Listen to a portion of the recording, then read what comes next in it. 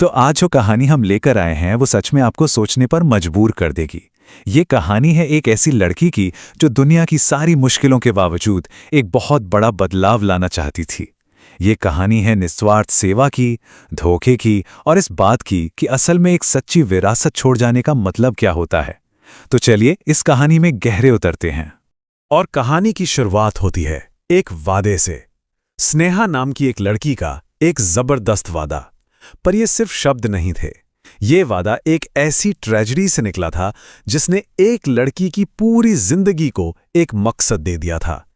जरा सोच कर देखिए, एक मामूली से बुखार में अपने माँ बाप दोनों को खो देना, सिर्फ और सिर्फ इसलिए क्योंकि डॉक्टर की फीस देने के पैसे नहीं थे।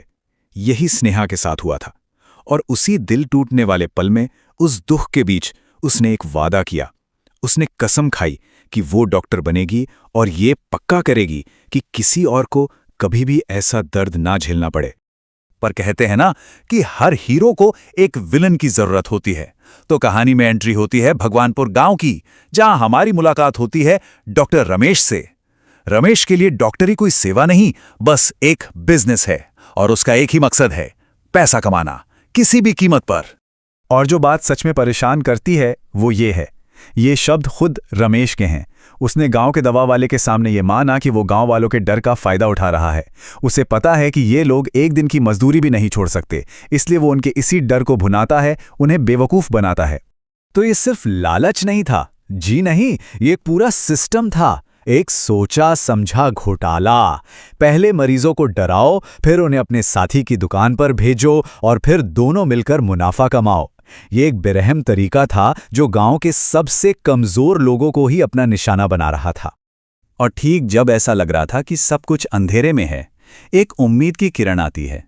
डॉक्टर स्नेहा अपने गांव वापस आ गई है। वो अपना वादा पूरा करने और हालात को ठीक करने के लिए तैयार है।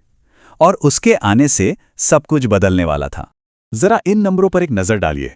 रमेश एक मरीज को देखने के 500 रुपए लेता है तो स्नेहा सिर्फ 50 रुपए।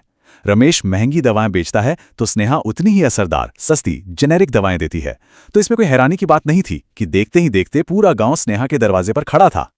अब रमेश के लिए समझ लीजिए दुकान बंद होने की नौबत आ गई थी।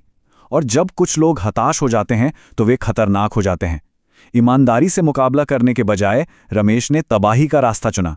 उसने फैसला किया कि वो स्नेहा की इज्जत को मिट्टी में मिला देगा। रमेश का हथियार एक झूठ, एक ऐसा जहरीला झूठ जो गांव वालों की नासमझी का सीधा फायदा उठाता था। उसने स्नेहा की जीवन बचाने वाली दवाओं को नशे की गोलियां कहना शुरू कर दिया। और सबसे बुरी बात, ये झूठ काम कर गया। सोचकर देखिए, स्नेहा की जगह होकर कि लोगों की मदद करने के लिए अपनी पूरी जिंदगी लगा दी और बस एक झूठ की वजह से सब कुछ बिखर गया। जिन लोगों की सेवा की वही अब एक खतरे के रूप में देख रहे हैं। ये दिल तोड़ने वाला था। जब लगता है कि अब कुछ नहीं हो सकता, तभी किस्मत एक ऐसा मोड़ लेती है जिसकी किसी ने उम्मीद नहीं की थी।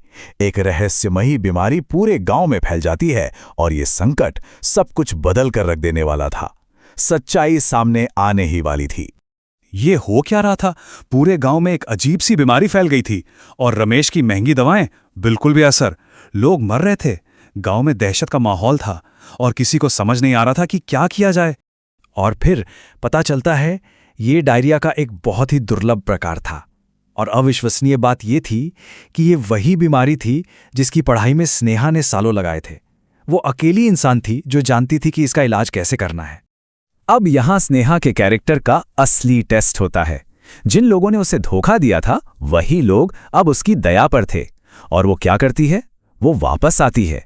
वो अपना दर्द, अपना गुस्सा, सब कुछ एक तरफ रखकर उन्हें बचाने के लिए लौट आती है। तो आखिर में होता क्या है? एक हीरो और एक विलन की विरासत आखिर कैसे तय होती है? चलिए देखते हैं। वो उन्हें बचा तो लेती है, हर एक को, लेकिन इसकी कीमत बहुत बड़ी होती है। इस सब में स्नेहा अपनी जान गंवा देती है। सच्चाई सामने आती है और गांव वाले अपने किए पर पछतावे के बोझ तले दब जाते हैं। और रमेश, वो एक कायर की तरह गांव छोड़कर भाग जाता है। लेकिन ये कहानी एक ट्रेजेडी पर खत्म नहीं होती, ये उम्मीद पर खत्म होती है। स्नेहा की असली विरासत उसके आखिरी काम में नहीं, बल्कि उस प्रेरणा में है जो वो पीछे छोड़ गई। गांव वाले उसके सम्मान में एक अस्पताल बनाते हैं और ये पक्का करते हैं कि उसका मिशन हमेशा जिंदा रहे। तो ये कहानी हमें एक बहुत बड़े सवाल के साथ छोड़ जाती है कि आखिर हम अपनी विरासत को मापते कैसे हैं? क्या ये उन चीज़ों में है जो हम जमा करते हैं या उन चीज़ों में जो हम दूसरों को देते हैं? क्या ये शोहरत में है या सेवा में? स्नेहा की कहानी हमें दिखाती है कि सच्चा माप हमारे छोड़े हुए प्रभाव में है। इस पर सोचने की ज़रूरत है।